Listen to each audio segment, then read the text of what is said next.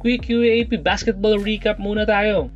Wild performance ang pinakita ng defending champions LaSalle Green Archers kontra sa Adamson Soaring Falcons. Sinigurado ng LaSalle na target lock sila hindi lang sa pangalawang panalo pati na din sa 3-point lane kung saan nagpakawala ito ng total of 15 3 points na pinangunahan ni Kevin Kiambao at prize rookie nitong si Andre Dungo.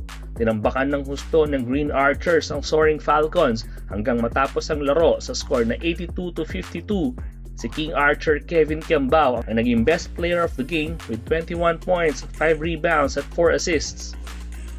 Reunion naman sa pagitan ni Tab Baldwin at Fortsky Padrigao ang naging drama sa laban ng Ateneo Blue Eagles at UST Growling Tigers.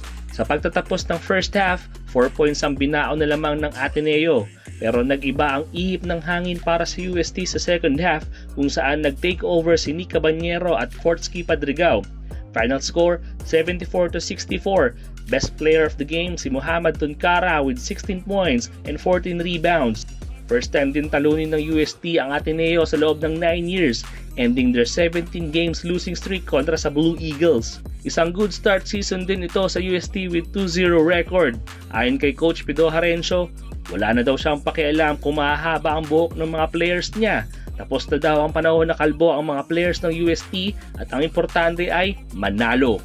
For more UAAP basketball updates, mag-subscribe at follow lang kayo sa ating favorite sports channel, ang Sports Junkie PH.